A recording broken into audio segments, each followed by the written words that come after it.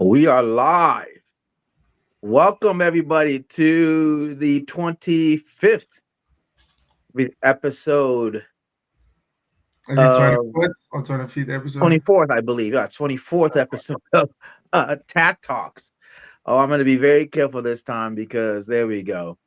Um, so, again, let me jump in. I want to first of all welcome everybody. My name is Roe D. Ruben Geraro. I serve as the host of TAT Talks. It's such an honor and privilege to be in this role. It allows me the opportunity to speak with Africans in the diaspora, especially here in the DFW area. But we also have individuals from Houston. We interviewed a sister, Myra from Cameroon, who lives in Michigan.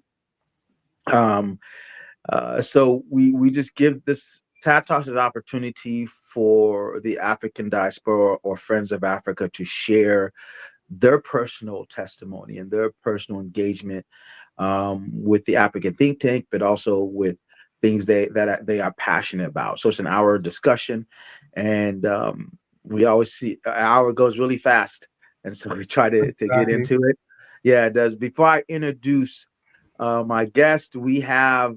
I just want to make a couple announcements. The African think tank, Ubuntu Gala, is November 15th. If I'm not mistaken, I saw that the tickets for general admission have been sold out. If that's the case, and just jump on the website to confirm that. But I think I saw that recently. Sometimes people wait till the last minute, our brother, and then the things are gone.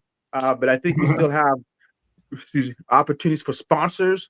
So if you're an organization out there, a company, or even a group of individuals who want to sponsor the African think tank gala table, there's certain levels of sponsorship. So jump on the website to get that information, or even reach out to me, and I will connect you with the right people for the Ubuntu Gala coming up November 15th here in Grand Prairie, Texas.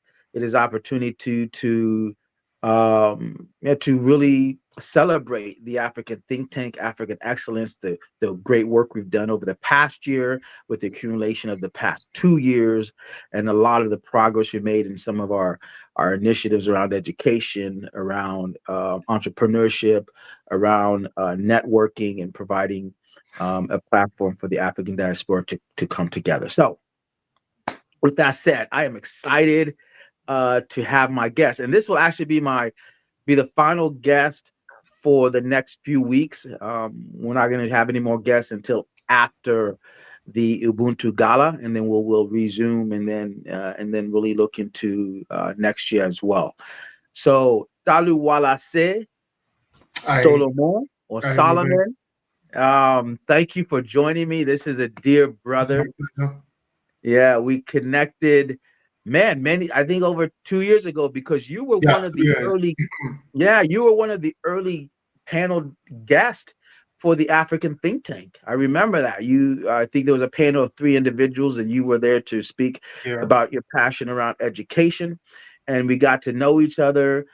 We found some similarities that we both enjoy cigars. And so we had an Definitely. opportunity to do that. And we're still talking about ways of bringing some of the African community around that, those who are interested in it.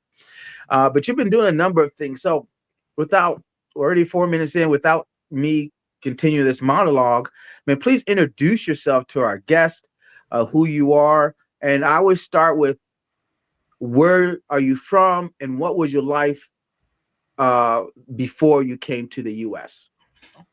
Thank you very much. It's always been my pleasure to talk to you, Ruben, and to be a guest on the African Think Tank. It's always my pleasure, and I love it.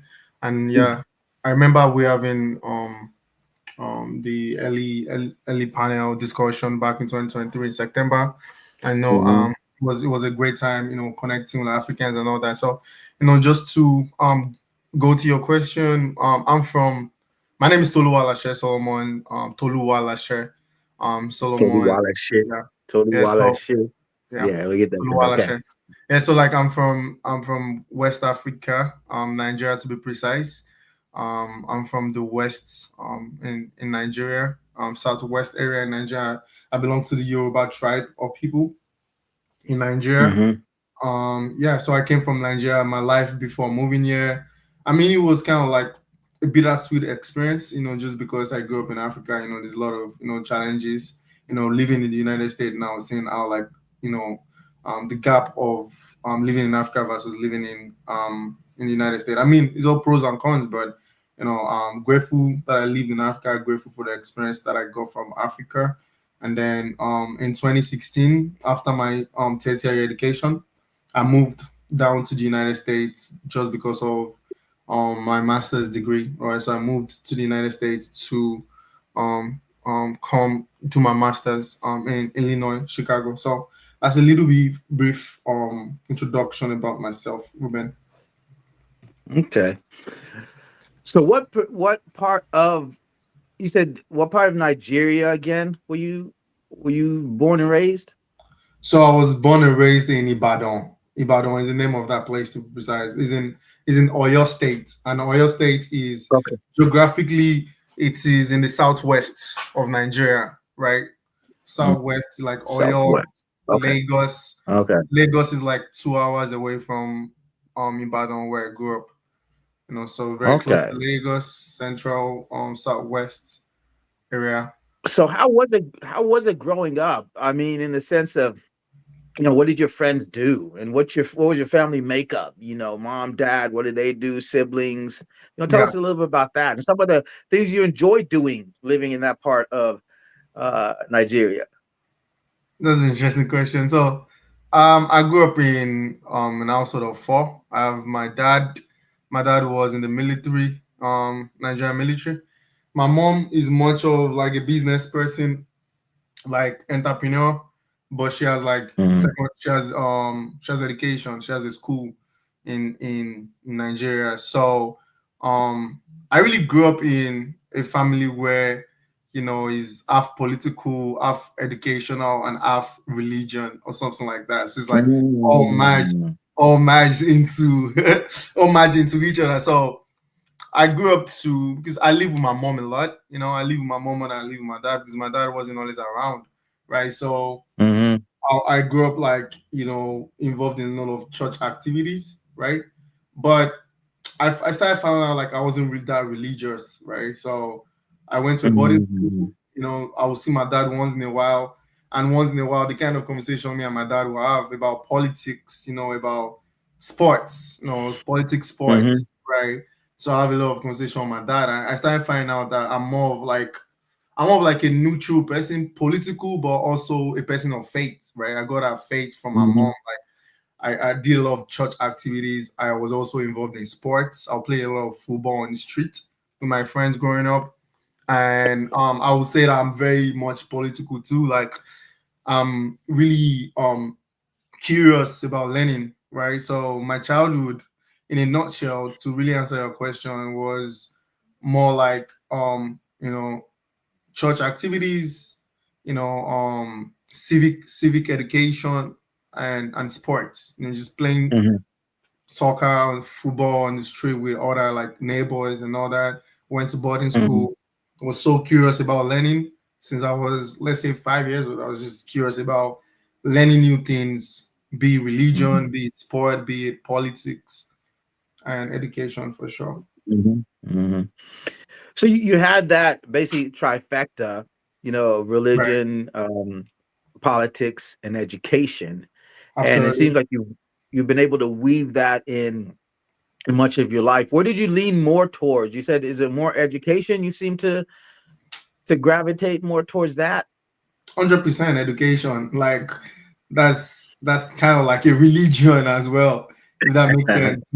So yeah, definitely. I'm more curious about learning, and it's interesting when we just talk about learning, right? There's also a concept on learning, right? Um, Mhm, so I'm much curious about like just learning and unlearning, right? So I've mhm, lived in like two different worlds, so I've come to realize that now that I'm getting to be in my 30s, 30s above, I think I'm now leaning towards the concept of unlearning. Like, but learning is still part of education. But yeah, to answer Hmm. the question, definitely. I'm a more like educational person. Hmm. That's my religion. Get better. We're learning new things every single day. Okay. Definitely. So you did your primary and secondary education in Nigeria. Absolutely. What particular boarding school did you go to? What is that? Yeah. So like I said, I grew up religious. I tried other schools for my secondary school education, but I ended up being in a missionary school. So missionary Hmm. school means is a Christian boarding school, right? Hmm. So What, I what's the went name to, of the school? it's called Bishop Akinyele Grammar School. Oh, okay. It's Okay. in Ibadan, yeah. So I went to a boys only Christian secondary school in Oyo Okay. State in Ibadan. Yeah. Okay. Okay. Yeah, when we were in Chad, we also went to Nigeria to look at boarding schools. We were familiar with Right. Hillcrest. I think Hillcrest, and there was another one that we looked at. Never ended up I've heard going about to it boarding first school. before. Yeah. Yeah. So I mean, it's very, as you know, it's very I won't say popular, but it's very know that a lot of kids go to boarding schools in Right. Africa. So they, at an early age, you already know how to live apart from your parents, right? You Absolutely. build a community Absolutely. early and you see them on the weekend. And then, Yeah. so when you come to the Exactly. States and you go to college, you're like, it's not Exactly. big deal. I lived away from them when I was in boarding school. Exactly. So, Exactly. so yeah. I So how started was your living boarding away since I was 9. Yeah. since you were 9? Yeah. Yeah, I And I started think my that's, boarding school since I was 9. Yeah. mhm. And that's a lot of cultural differences that I have between, speaking with my Western friends and my African friends. Like my Western friends, if it's a family, they go away when they're like 17, 18, get to college. When I speak with my African friends, like, yeah, I was living away from my parents since I was 7, or it's 10. I was in boarding school, or I lived with my uncle down the road. It wasn't anything, broken. It was just the way Mhm. our communities are set up. How structured, yeah. Um, so how was your boarding school experience? In the sense that, like, let me narrow that a little bit. Was it positive, or was it overall positive, or was it negative? Give me one of either scenarios. So I wouldn't say it's positive, and I also not say it's Mhm. negative. So, Okay. but when I was in it, I didn't see it as positive. But when I Mm, left, and then I realized that, okay, this is the quality of life, or this is how these times have been training me to be able to adapt, right? Then I think about it as positive. But when I mm, was leaving it, I didn't see it as positive, right? Like, mhm, to be mhm, honest, because if I had to think about it, like, it was rough, right? It was where you just left alone to figure it out. You know what I mean? mhm, Like, figure it out. Like I said, like, for me, some parents will see like their kids or their children like weekends once in a month.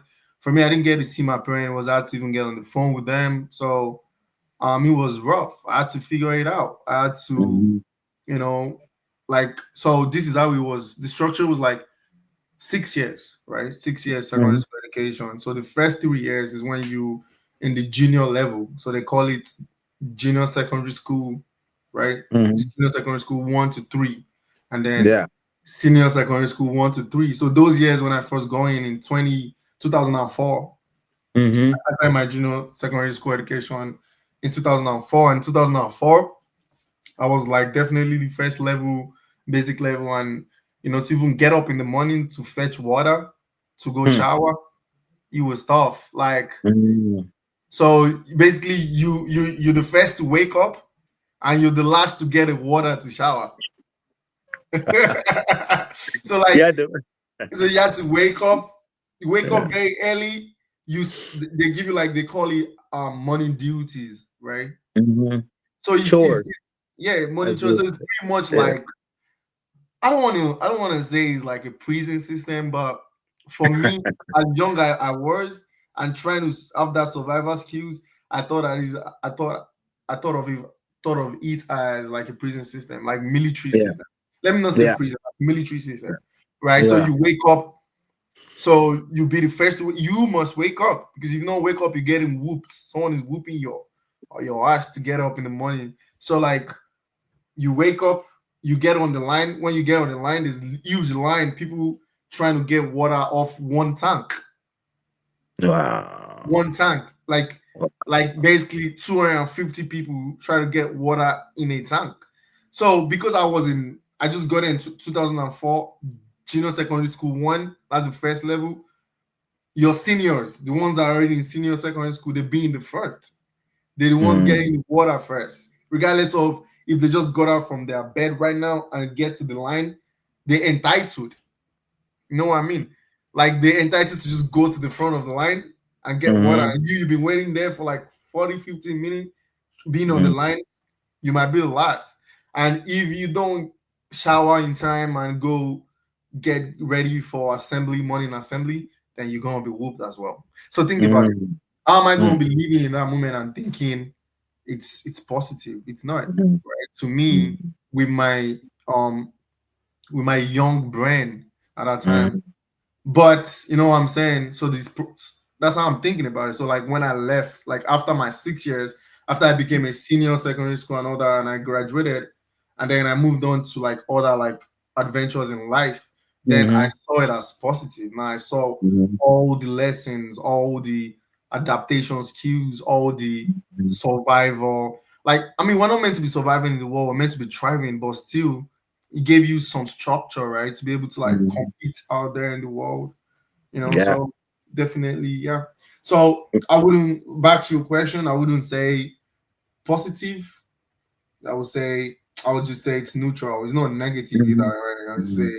it's just like a neutral experience. But Yeah. yeah, No, you're right. And I'm glad you use that language. You had likes and dislikes, but I think exactly. it shaped you, as you said, Shaped me. for the next steps in your journey in ways that you didn't Definitely. see until you took those next steps.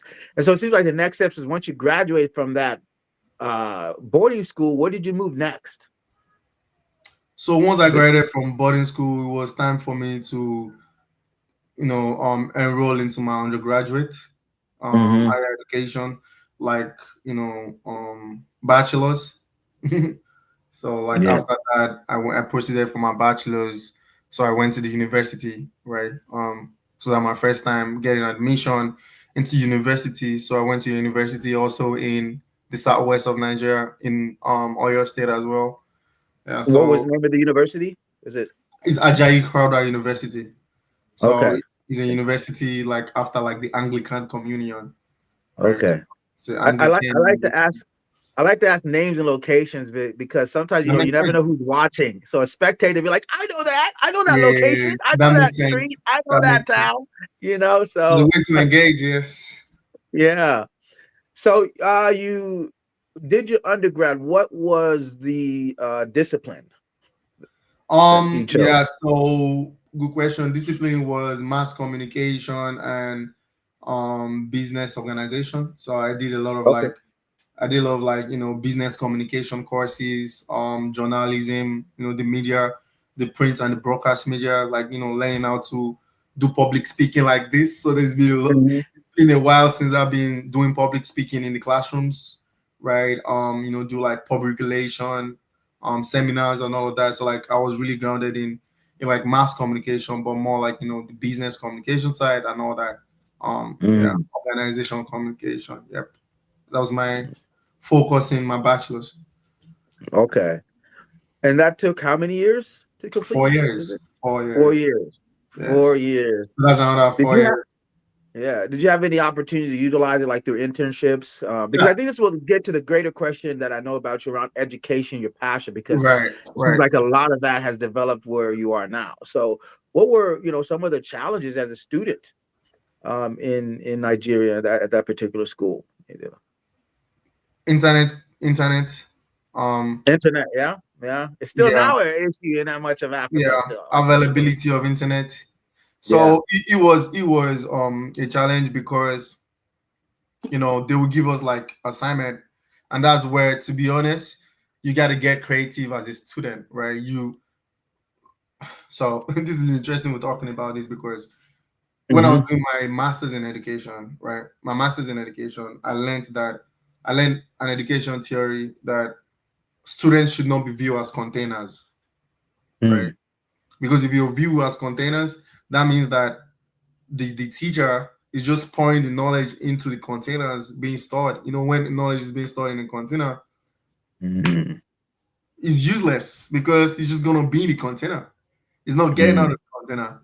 So there's this theory of education, I think by prayer or something like that. I can't remember the name. It says if you view knowledge transfer as a container, then your student is not going to be creative. They're just going to mm, repeat what you're teaching them back to you. mm, mm, That was a mm. game changer for me when I learned that, Okay. right? So me thinking about that in my master's now made me realize education in Nigeria has a lot of loopholes, has a lot of gaps and challenges. Internet being one, because at the end of the day, the teacher comes to class, teaches us the knowledge, transfers the knowledge. We're meant to reproduce that knowledge in new imagined ways, right? We're not meant to give Mm, him back the same way, right? So if they give us assignment, say we should take home assignment, what a lot of us do is actually like copy and paste each other's work and submit it to the mm, class.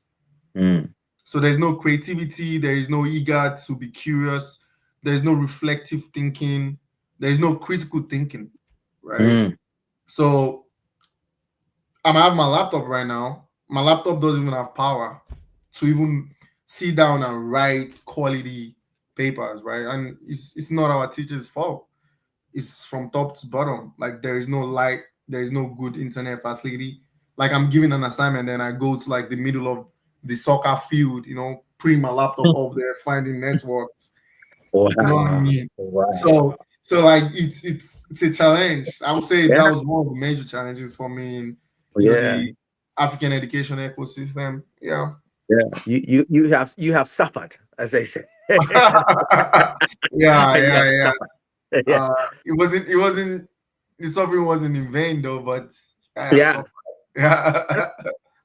I like that attitude because sometimes I think we forget that when we make a transfer sometimes into Western life is that suffering is not in vain. There's a purpose behind it, and I think we're built into that, and it helps us move from one situation to another. I think just generally speaking, and so you did your 4 years, and what was next? I did my 4 years, then I went for so there's this program.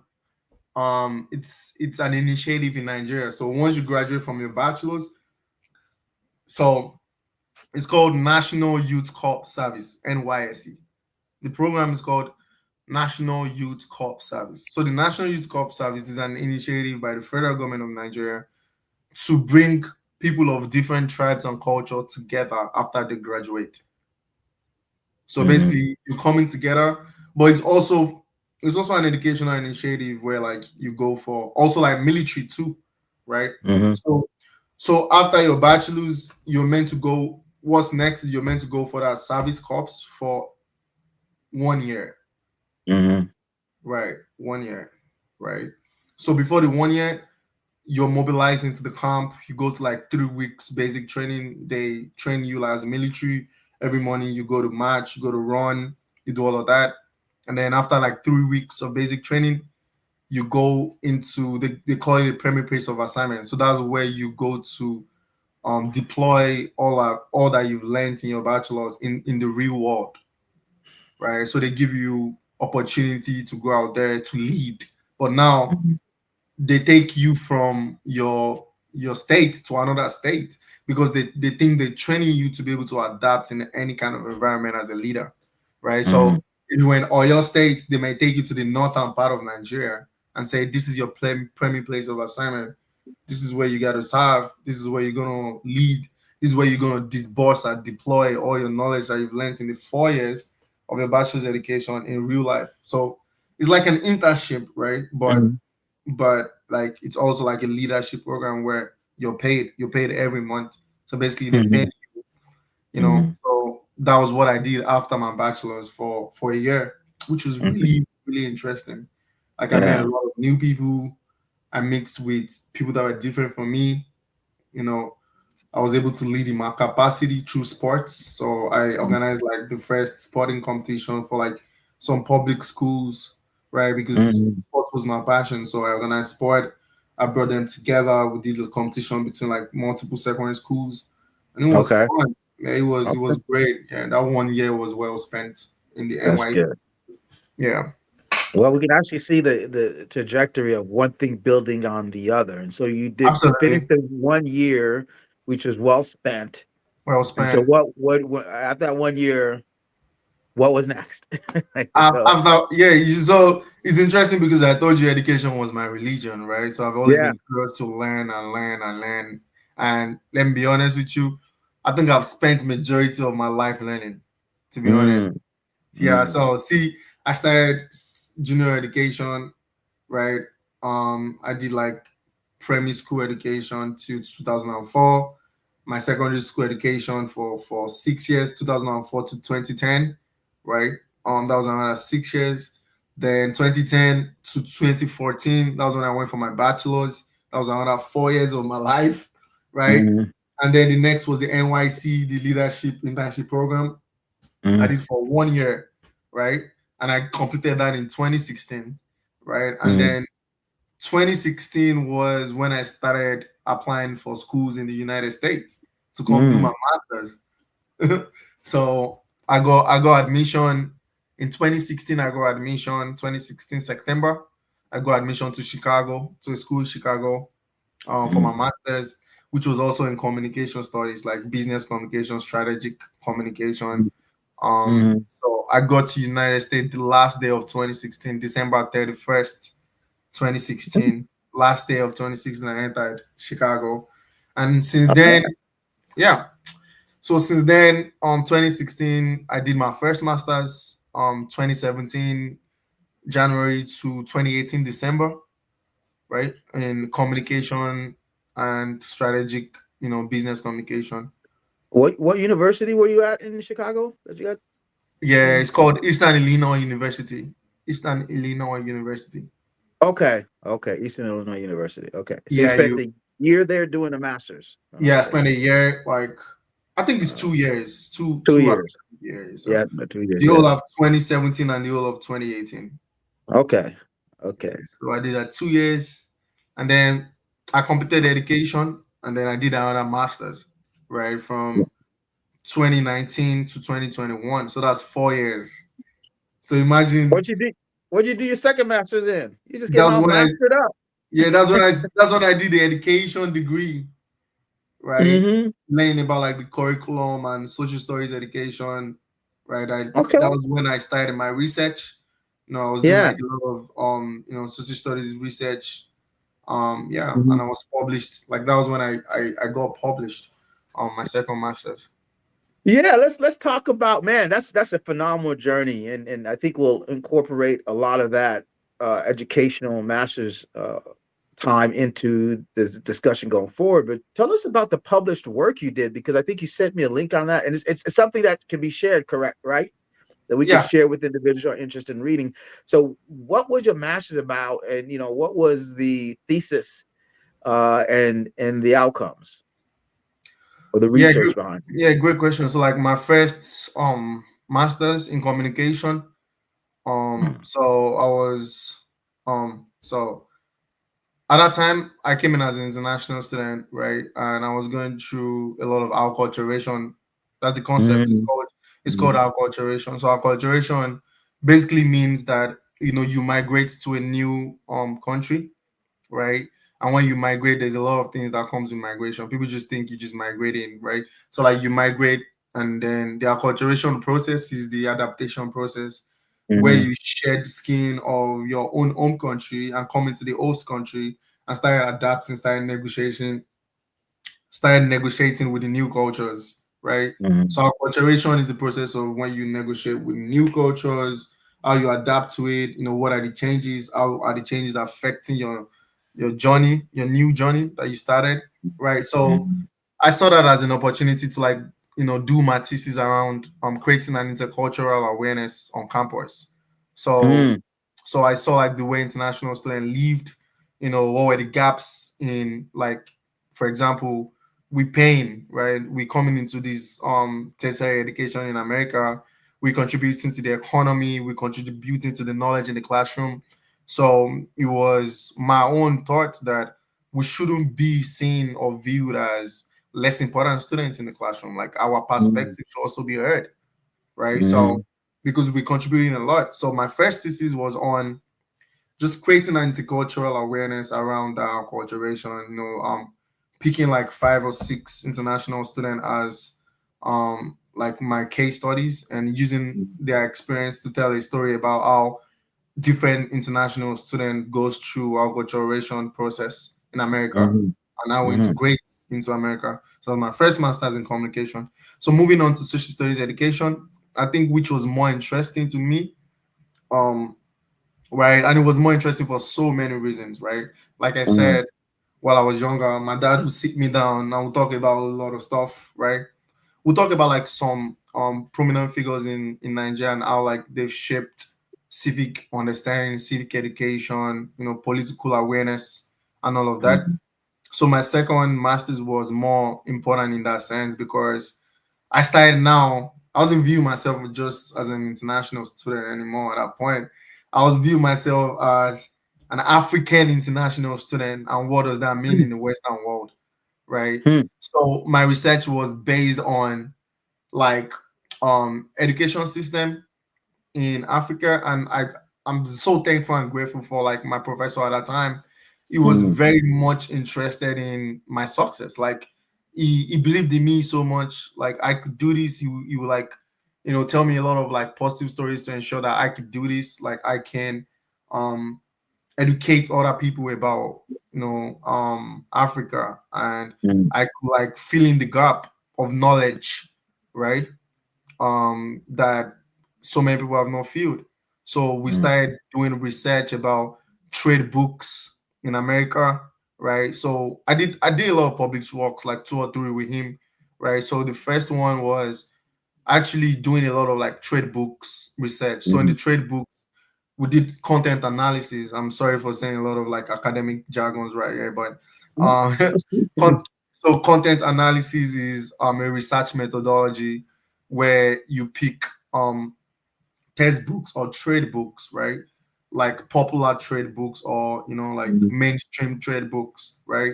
And yeah. just researching how they've told the stories of, for example, prominent women in history, right? So a Mhm, lot of mhm, trade books that me and my professor did content analysis, we found out that the realities, the lived realities of a lot of like women of color have been told from the eyes of the Westerners. Like mhm, we've not really written our own stories, right? They've written the mhm, stories for us, right? So we found out a lot of those things. And for example, right, there were a lot of like, let's say, women of color that already existed in America, but in those trade books, what we found out that a lot of the lived realities, lived experiences of African women has not really been told, right? So mhm, that's what we found out. So there was like a lot of gap in those knowledge, and then we published that research. And then another important research that I did was actually studying about my own Nigerian social studies curriculum education, right? So as we all know, like there's been remnants of colonialism in our education system, right? So our education system has really internalized a lot of like colonial education, which till today, that was part of the research. Till today, those education are still much alive. So how are we mhm, breaking it? How are we dismantling those remnant of colonialism still apparent in education system in Nigeria? So that was what like my recent thesis really discovered is that, you know, for example, children or young students in Africa, they're just told what to think. Like I told you the mhm, other time, mhm. education as a container. They're not told, Yeah. you know, they're just told Yeah. what to think. They're not told how to think. So Mhm, they don't have like a reflective inquiry, right, in mhm, the education system where they critically think about mhm, who they are, how they are viewed, what they can do, mhm, what knowledge and resilience they have as a person, what is their history, Mm-hmm. as people, they don't know.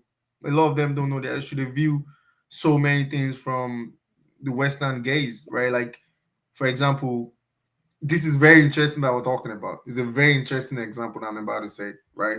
Mm-hmm. So there's a place in Lagos. You've heard of Lagos. Yeah. Yeah. It's a good example. There's a place in Lagos. It's called Victoria Island, right? Mm. There's a place in Lagos called Victoria Island. Victoria Island, so many youngsters would not believe the history behind Victoria Island. So Mm. by just hearing Victoria Island, you think it's a glamorous name. You think it's just a Mm-hmm. glamorous name. You think just the affluent people of Nigeria lives there, but you don't even understand the history that came behind that story or behind that name, right? So Mm. Victoria Island was, like a queen back in the past, King of Yeah. England, and then Yeah. they conquered the land and they named that area after her, Queen Victoria, Yeah. right? Yeah. So, for example, you just being conscious, civically minded that this place was probably sold, to Queen Victoria. Queen Victoria owns this place. Like Mm-hmm. at that point, thinking about that is like, there's a lot of things that we don't even know until there's changes in like how we think about ourselves. If Yeah. like I'm going deeper, but like I just hope you understand where I'm coming from. So there's a lot of Yeah. education system where we need to like now change the way children learn, change what we infuse in the curriculum, like the content. We need to be Yeah. conscious of it, right? And today there's a lot of like prominent Nigerian figures in history that were Yeah. meant to be like put in the trade books, not just Nigerian trade book, like international trade books, right? Yeah. The other Yeah. day, the other day, Barack Obama was talking about Fela Nicola Koputi, right? He's a Yeah. Nigerian, he's a Nigerian figure that his arts, he like just the way like black people came up with hip hop, right? Like just Yeah. learning the history of Afrobeat came to place is a very Mm-hmm. important history, right? But Mm-hmm. today we've limited to like just dancing and partying in the club. But like really, if you really find out how Afrobeat came to being, now Mm-hmm. it's part of education. It should be part of the education system because Afrobeat came into being as like resisting Mm-hmm. oppressive forms of powers, right? Mm-hmm. Resisting it, knowing who you are is behind the core of why Afrobeat started. So I feel like Mm-hmm. my thesis is more important in that sense because all this education holistically we're meant to like now change how we infuse content in the curriculum or like just really um or just really investigate what the content is really teaching these children or how they're reflectively thinking about themselves, who they are, the issue of the people, and Mm-hmm. it's just very important. Yeah. No. Whew, that's a lot, but I think you've nailed it as far as an education system that creates individuals who can think creatively and are able Right. to analyze what they're given and not just regurgitate what they're told. And sometimes, and that's even happens in the West. We don't just similar to what just connected to Africa, but it seems to be also generational, right? And a lot of the, as you mentioned, a lot of the music that was early on in the revolutionary movements was built Absolutely. upon the struggle, right? Built upon like this is Absolutely. how we, 100%. you look at, yeah, you look at the music during slavery and when slaves escaped, there was music used, right? Those hymns. There's a way to track the history, but also to guide them as they escaped into freedom. And so I think the way as I understand the way you're pursuing education is just not simply, sometimes we look at education like learning things, but there's another aspect of taking ability to analyze what you're learning and then Analyze and produce unlearn. outcomes. Yeah. Yeah, produce outcomes that can be different, that can be beneficial to who you Absolutely. are. Yeah. So how do you relate that to a lot of your because we talked about this earlier, your love for the African continent, Pan-Africanism. Some people debate that word, but the idea is how do you take all those skills and see it relevant to certain areas within the African diaspora? Does that I'm make not sense? sure. I'm not sure if I understand your question. So, one of the things that you talked about, let me be specific, more specific. The one thing I talked about is your desire to change the structures of the curriculum, especially Right, back home in right, Nigeria, right? right. But that could also talk about how do you then involve a lot of the children in the diaspora, right? Because Mm, one mm, of our programs that we mm. have at the African think tank is a culture bridge, because you Right. have a new generation of children or having children that grew up here in the U.S. and the only connection back may be parents or producing writings like Sanyu, who's an author, having more Africans write books in order to conserve Mm. that lineage. And so, how would you say your role is to be played within that movement or that desire to hold on? But how do you yourself hold on to the African culture? Because you've been gone for how many years now? And I think you have family here. As Yeah, you have yeah, a yeah, daughter, yeah. if I'm not mistaken. Yeah, I So, have a daughter. looking at that question is like, okay, if how do I keep her connected? Yeah. Yeah. I'll say like just, getting them closer to like the African community, like not losing, first of all, like not just losing that community, sight of that community. And it starts from the parents, definitely at home. Like I will wear like cultural clothes, so cultural clothes for her. But language is very important. I feel like language Yeah. is very powerful way of Huge. like Yeah. integrating them. Like I try to speak Yoruba to her, Mm. not just saying speak, English all the time. Try to speak Yoruba to her. Already is introducing that you might go to daycare every day and all you speak is English, all you watch is Miss Rachel, but you coming back home, I'm already like introducing that culture to you, like with the while like just giving her directions in my cultural language, Mhm. right? Education, education, education. I think is the way to like bridge that gap. To be honest, like Yeah. if there is any initiative out there, like I want to be interested. Like I want to be involved. Like so, I'm Mhm. asking you or anybody watching this, like if there's any initiative out there that you think that we can use to continue to bridge the gap, I'm all ears. I'm Mhm. interested. Yeah. Definitely, yeah. There's quite a few. We'll be pulling you together because we've talked about that. It's just time and distance and other things Right, have gotten in the way. So, how did you get your relationship with the African think tank? Again, you're one of the earliest panelists that right. we have. Remember in our first year. So, how was that connection made with Dr. Sidoni in the African think tank? So I was going to church here in Dallas in Texas, and then I would do things like poetry, speak and all that. And then my friend, so I went to my friends one time. We met in church, right? And then I was preparing for like a poetry or something. I was reciting my poem to her, and she liked it, Mm. right? And she was like, few days later, she was like, "Oh, I remember the poem you recited. It was so good, and then I wanted to um link you up with someone. I think you like it." Then she told me about like Dr. Sioni saying she's having like a panel discussion that if I could recite my poem in in the program, the event to be nice, and that's how it started. And Dr. Sioni reached out to me and was like, "Oh, cool, I'd like to have Yeah, you." And then yeah, that was how I went to that program at first. yeah. Yeah. Do you have that poem on hand or? On end, Oh, yes, I don't want you to research it too much, but if it's on hand, we'd love to because it was great.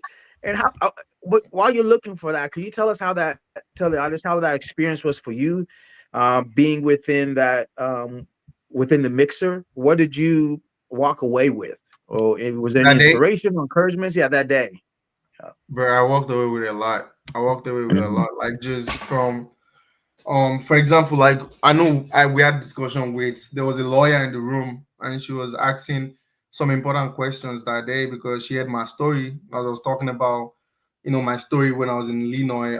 Like I had an accident on a bike and I was given a ticket instead of otherwise, Yes. and I went to the Yeah. hospital bed, and she was talking about important things where I think the audience that this could be referring to if any one of them is watching the international student today, right? When I Mhm. came here as an international student, I was very naive. Like I didn't even know what my right was, let alone how to fight for it. Mhm. So I left the room that day with thinking about like, we meant to make informed decision. We meant to know about like the like I was telling you, our acculturation, all the integrating into the new host system and cultures.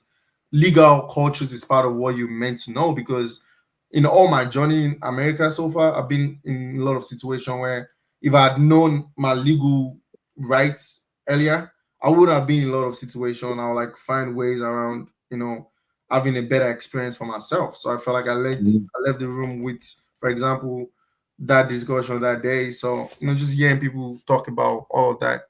Um, Okay. yeah, I learned other Yeah. people's experience. I think the vice president of um the African think tank. I don't know his name. The Ghanaian.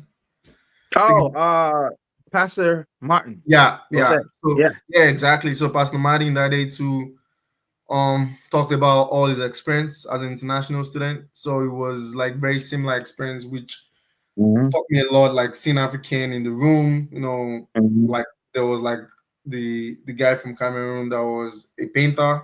So he was fun, all that. So Okay. yeah, you Mhm. remember him? I can't remember him from That came with Cameroon some was the thing. artworks, painted Y- artworks that day. was not from Congo? You're talking about Benj from Bench. Congo. Or it's Yeah. I thought it was Cameroonian. No, he's Congolese, Kinshasa. So Okay. Yeah. yeah, he's doing well. So yeah. No, I was, and I think that's why I first met you, and hearing your poem, which was very powerful, and your passion for education, got us connected. I know we had talked about a number of things that just wasn't able to come into fruition because of how life moves, but hopefully we'll be able to recapture those things. Do you have your poem? Before I don't Um, want to go to the next question unless you would like to share it. I think that'd be one uh, second. I think I should have interesting. it somewhere. You know. Um, while you're looking for that, I think with the thing also with education, and I like what we talk about education throughout Africa. What has been, and we touched a little bit, a little bit on this, Talu Walashe, is Yeah. that you also need opportunity connected to education, because you're a prime example of a very well and very educated African, right? Who you did your education that was provided for you. You pursued it, and you didn't only pursue formal education. You're a guy who pursues informal education or education on your own. But you needed opportunity. You needed places where you could actually put that into practice. Opportunity to impact a certain discipline, and Right. also just to make money in order to care for yourself. And one of the things I found out, because I'm doing some research right now, looking is that if you look at a lot of the early African revolutionary individuals who freed their countries, they were very educated. Right. What happened is they didn't have opportunity at the very Hmm. end. So Hmm. So I think education without Rachel, no, opportunity. without opportunity, I can't remember of Mozambique. His name slips me. The president, I think he was a doctor originally. He studied Hmm. medicine, went overseas, studied comes back. What did he not have? Hmm. Opportunity. So he was working, but there was no way to move up. It was still held by the colonial powers, and so you find yourself in this area of, and this I would say Africa now, of all these individuals are educated without opportunity for which they can care for themselves and their families and contribute to society, which then creates frustration. I've always wondered, and this is just my cursory thinking, is when I look at rebel groups, right, where people who Hmm. are the soldiers, I ask myself, how many of them have degrees? Hmm. How many of them went to school and graduated either high school or university or masters? I don't buy this thing that they're ignorant educationally, right? Hmm. They just all crazy people. I think what happened sometimes for some of them is they were given opportunities to be educated, but they Right. weren't given. opportunity. They weren't given opportunities to do work, to provide. And so when you're not giving that to a community or society, then people will gravitate towards other ways to survive or to vent their frustrations against a society they believe had given them a raw deal, who had told them to go to school and get educated, and learning will give you this. And when they did what was asked of them, now they don't have a job. Hmm. Now they're sitting there. Now you've created very intelligent individuals without The something to, opportunity, yeah. without something, or well, yeah, without the opportunity to utilize that, who then will take that and be creative to do something else. So Right. So let's not even go deep into that because there's a lot of examples where yeah, they use all those intelligence in not the so right ways, yeah, and yeah, we see how, like, if you could do this and be successful, that means you're very intelligent. Like, it's just not yeah. enough opportunities created. I feel like Mm-hmm. sometimes it's just the political, status of a lot of African communities. There's honestly, I've thought about it so many times. It's really challenging. Like, just to say it's Mm-hmm. challenging. For example, in Cameroon the other day, now the Mm-hmm. president is 92 years old. Oh, bro, yeah. And Ivory Coast during that time with the Cameroon elections, Cote d'Ivoire was having elections. The guy's 83, Ouattara. So how And then are we? and then you go to Togo, right next door. I mean, So it's just how are we fascinating going to stuff. create new opportunities? How are we not going to, like, keep, Mm-hmm. promoting the status quo? Yeah. So from it needs to, like I said earlier, it needs to change from top to bottom. Like, I really understand what you're talking about. So, like, average African, with how you lived and grew up, you're naturally intelligent. You come into the Mm-hmm. you go anywhere in the world in your education system, you will thrive and you conquer. So what's Mm-hmm. happening with opportunities? Like, where are they creating these opportunities or not? I don't think so Mm-hmm. for now. Like, you know, um, yeah, Because if it's you a think challenge. about what brings us to the US, not simply education, what Greener, opportunity. greener pastures. Opportunity Let's is be what is a honest. driving Yeah, force. Opportunity for education, opportunity yeah. for employment, opportunity to actually sit in a place where it's valued. And then yes, you know, as a culture, as you mentioned before, you have to, you leave a piece of yourself at home that you hunger for here, that you would rather do there. But if the opportunities are not created where you are, you just can't Hmm, sit there and suffer, or you'll exactly. go mad and others. And so that's why opportunity, I think, is really the driving force that's going to change a lot of our particular situation. So that's something Think to about. talk Yeah, more about and unpack. But absolutely. well, yeah, I'm talking a Yeah. lot, so I'm going to hand it over to you. Is there No, no, no, no. Like, did you want, yeah, yeah, I'm additional things agreeing. you wanted to add? Yeah, Okay. yeah. Like, I just definitely agree with that. I think, yeah, it needs to get better in terms of, like, opportunity. Like, honestly, like, I mean, you're in the United States. Like you said earlier, um, a 16-year-old kid can get a job.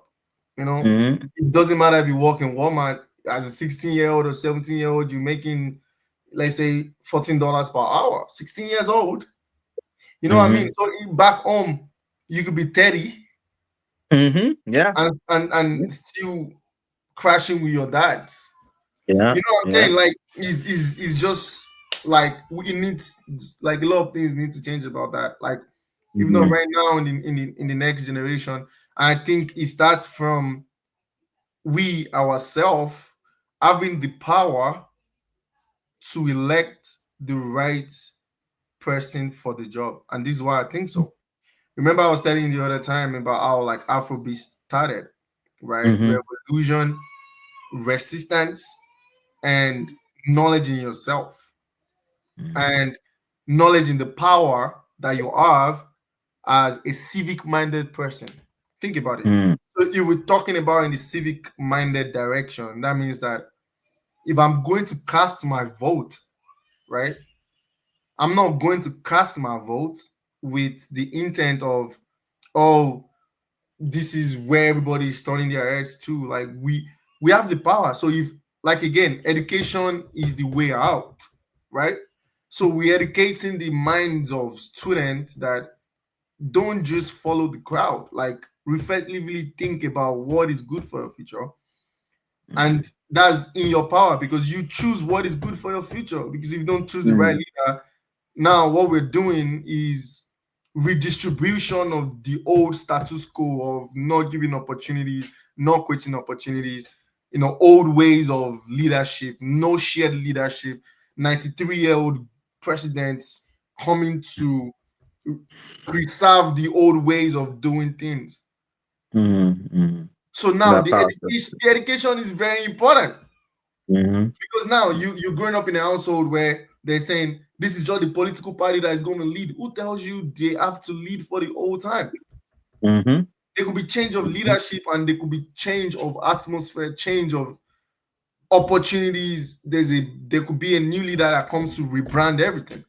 I'm Mhm. telling you, we think rebranding has 10, 15 years. Anything you rebrand now in 2 years could start taking effect. See Mhm. Rwanda. See, multiple African countries are trying to do this, but a lot of African countries are not doing it. Few of them Mhm. are trying to change the story, right? Mhm. So, like, you can't change a story if you are not even reflective. If you just think Mhm. that you're casting a vote for someone that just gives you rice and just gives Mhm. you how many days will the rice last you? Mhm.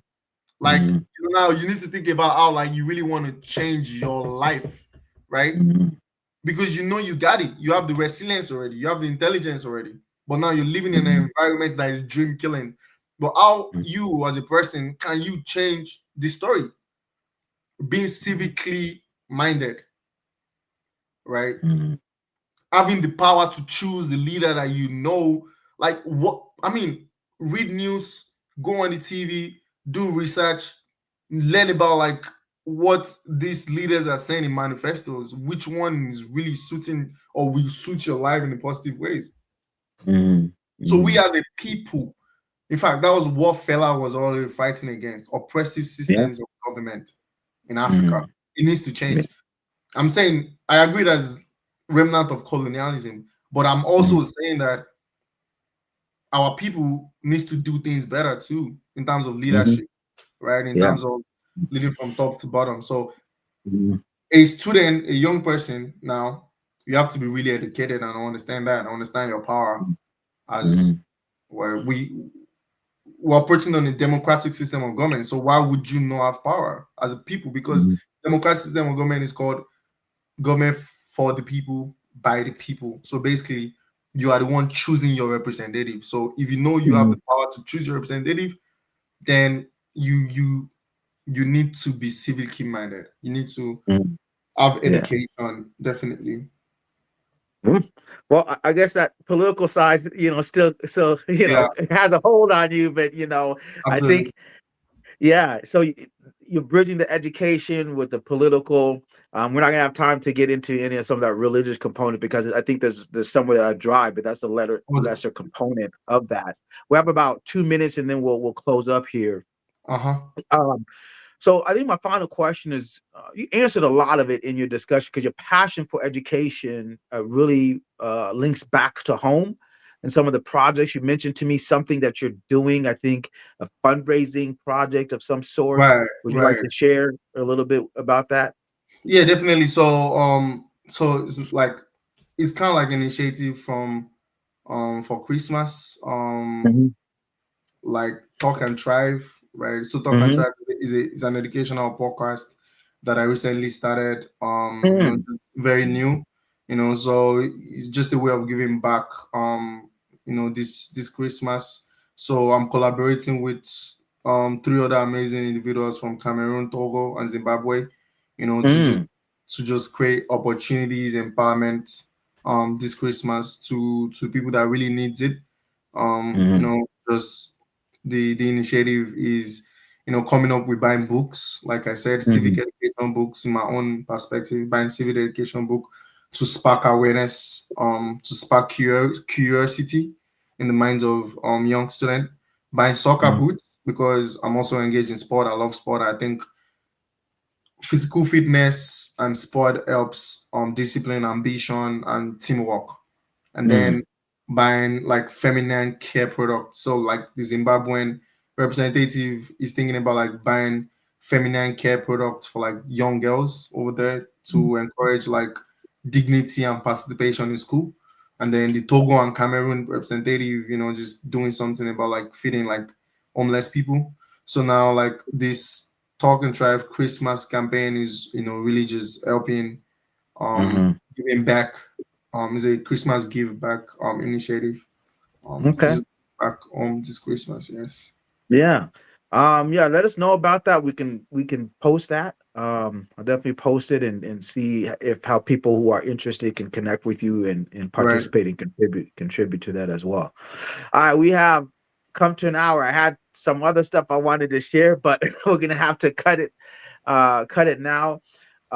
Man, Taliwala She. You have that at the end, right? Yeah, Am yeah, I? sure. Yeah. Okay. Share. Okay. So I mean, I love your name. I didn't Thank you even very ask you much. what does it mean.